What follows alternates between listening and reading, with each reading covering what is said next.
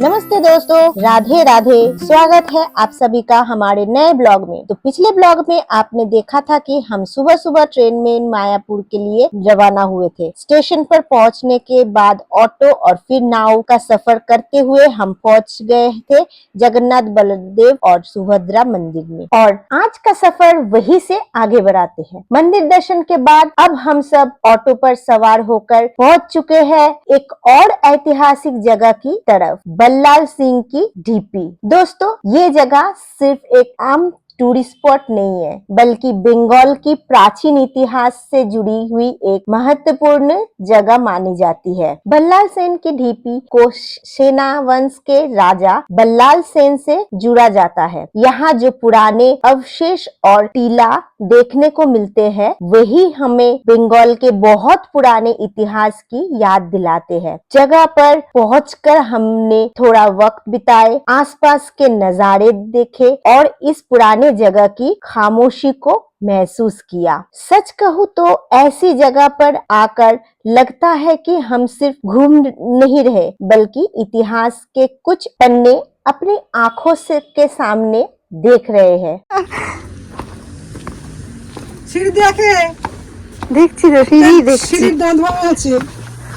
Archaeological survey of India ने यहाँ छानबीन के दौरान बहुत बड़े बड़े ईंटों के स्ट्रक्चर, एनक्लोजर वाल और कई पुराने आर्कियोलॉजिकल ऑब्जेक्ट डिस्कवर किया।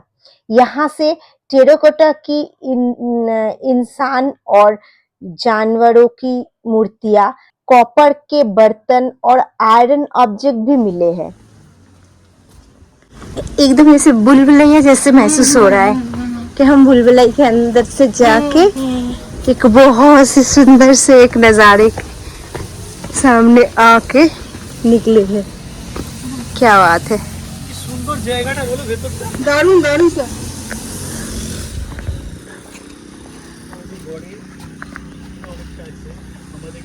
सबसे इंटरेस्टिंग बात यह है कि यहाँ के नीचे के रिमेन्स लगभग 8th-9th सेंचुरी बताया जाते हैं। कुछ एक्सपर्ट इन पुराने स्ट्रक्चर को एक बुद्धिस्ट स्तूपा से भी जोड़ते हैं। बाद के समय में यहाँ टेम्पल कॉम्प्लेक्स के भी रिमेन्स मिले। तो दोस्तों, बल्लाल सिंह की ढीपी सिर्फ एक पुराना टीला नहीं है, ये बंगाल के बदलते हुए इतिहास, अलग अलग धार्मिक परंपराओं और प्राचीन आर्किटेक्चर की एक खामोश गवाही है। हम यहाँ खड़े होकर जो कुछ देख रहे हैं, उसके पीछे कितनी सदियों की कहानी छुपी हुई है, ये सोचकर ही बहुत अमेजिंग लगा है। तो चलिए हम अभी चलते हैं हमारे नेक्स्ट डेस्टिनेशन के तरफ। तो चलिए,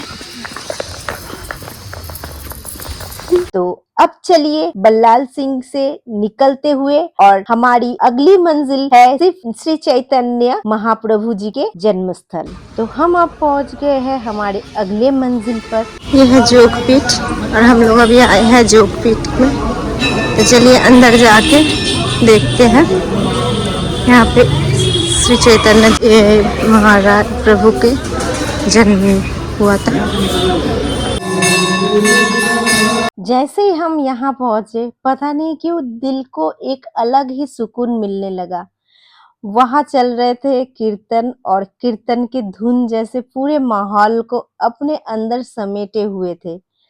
सर और सुष्मिता तो कीर्तन की धुन पर झूमने ही लगे। कभी कभी ना दोस्तों, किसी जगह की खूबसूरती सिर्फ एक जगह को देखने में नहीं होती, बल्कि उस जगह के माहौल को महसूस करने में होती है।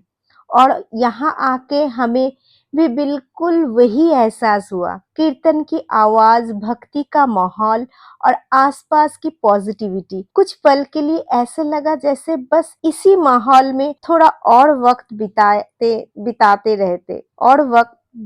रहे। चारों तरफ एक कीर्तन की धुन और सामने सर और सुष्मिता की झूमते हुए दृश्य। क्या मधुर दृश्य है, मतलब हम भी खुद को रोक नहीं पाए और हम भी थोड़ी ही देर में यहाँ पे झूमने लगे, जिसका वीडियो मेरे पास अभी नहीं है, लेकिन बहुत ही अच्छा लग रहा था। मायापुर में हम जिस होटल में रुके थे, उस होटल का नाम था वंशी भवन। एक भवन है,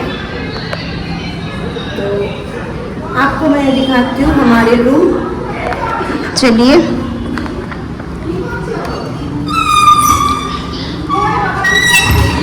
तो एंट्री लेते हैं हमारे रूम पर। और जैसे कि हम 6 जन हैं, तो 6 जन के लिए ये एक ही साथ अटैच 2 रूम दिया हुआ है। हमने ये रूम सिलेक्ट किया, मतलब सर ने सिलेक्ट किया। और इसके साथ ही है पीने के लिए पानी का बंदोबस्त किया हुआ है। कुर्सी दिया है 2 इस रूम में, और ये एक मिरर भी है। और इसके ठीक ऑपोजिट में होटल में जाके सबसे पहले मुझे बाथरूम चेक करना होता है, क्योंकि वॉशरूम अगर साफ सुथरा हो तो जाके सब सही है। क्योंकि वॉशरूम साफ सुथरा ना हो तो मेरे लिए पूरा होटल ही खराब है।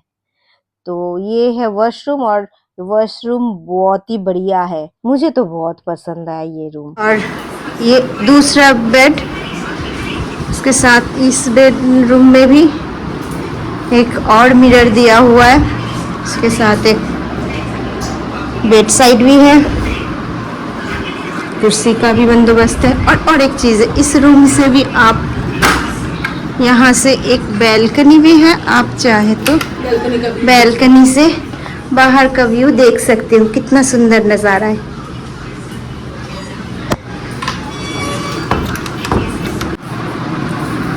और एक चीज़, इस रूम से भी आपको एक बैल्कनी है, जो कि आप बैल्कनी ठीक नहीं, ये किचन है।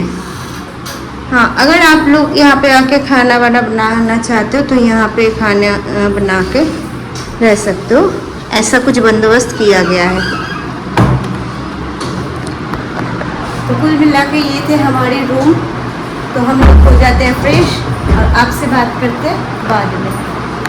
तो होटल पहुंच के हम सबसे पहले फ्रेश हुए, थोड़ा सा रेस्ट लिए, और फिर हम आगे जा रहे थे कुछ खाने के लिए। और सुष्मिता ने हमारे खाने के लिए कूपन काट लिया था, जो कि गीता भवन में। तो हम अभी गीता भवन की तरफ जा रहे हैं और वहीं पे हम करेंगे लंच। तो यहाँ पे गीता भवन में कूपन मिलता है खाने के, तो चलिए यहीं पे खा लेते हैं। गीता भवन में भोजन कक्ष के तरफ जाते ही हमें शू रिमूव करना पड़ा है। वहाँ पे शू रिमूव करने के लिए जगह है, और मेरे हाथ में आ गया है भोजन का जो लंच कूपन। तो अंदर हम आते ही इतना साफ सफाई, इतना शांत, बहुत ही अच्छा एटमॉस्फेयर है। और यहाँ पे बैठ के क्या खाना क्या खाए, जैसे लग रहा है भजन ही यहाँ पे करे। तो खाने में चावल के साथ एक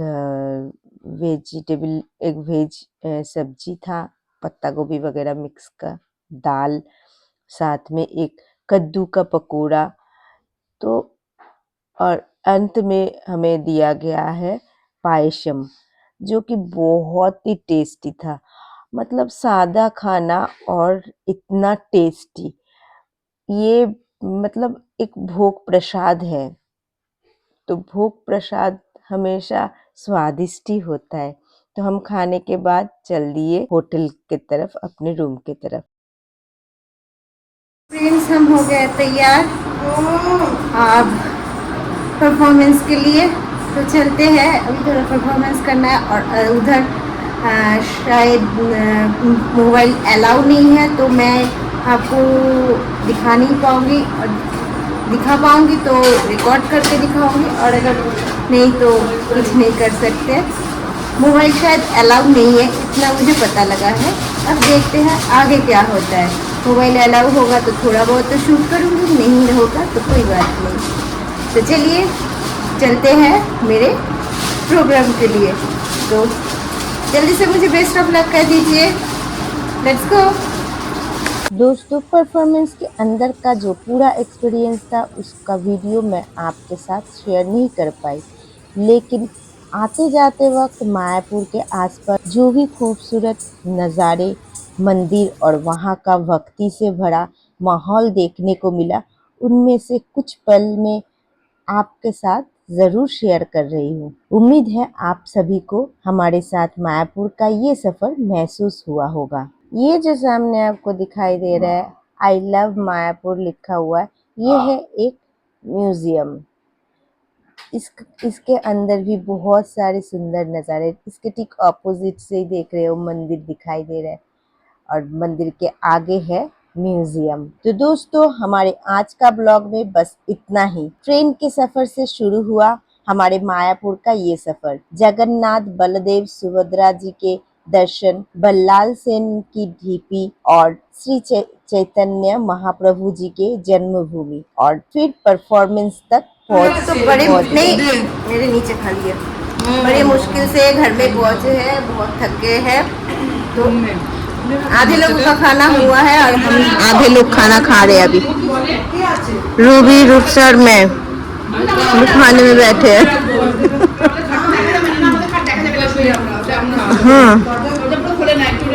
ये है हमारी पनीर वाला चाउमीन और साथ में मफिन खा रहे हैं। हम लोग चाउमीन से ही काम चला रहे हैं।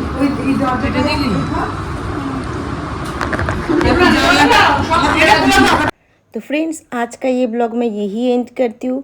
अगर आपको हमारा ये ब्लॉग पसंद आए हो तो वीडियो को लाइक ज़रूर कीजिए, चैनल को सब्सक्राइब कीजिए और कमेंट करके बताइए कि आपको हमारे मायापुर के सफ़र का कौन सा हिस्सा सबसे ज़्यादा पसंद आया।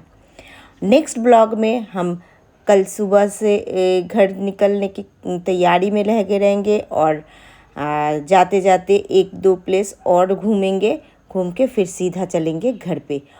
नेक्स्ट ब्लॉग में आपके लिए इंतज़ार कर रहा है और भी ज़्यादा कुछ एक्साइटेड जो सरप्राइज़। तो नेक्स्ट ब्लॉग को भी आप मिस मत कीजिएगा। मिलते हैं नेक्स्ट ब्लॉग में, तब तक के लिए खुश रहिएगा, स्वस्थ रहिएगा और हमें बहुत सारा प्यार दीजिएगा। तब तक के लिए राधे राधे, हरे कृष्ण।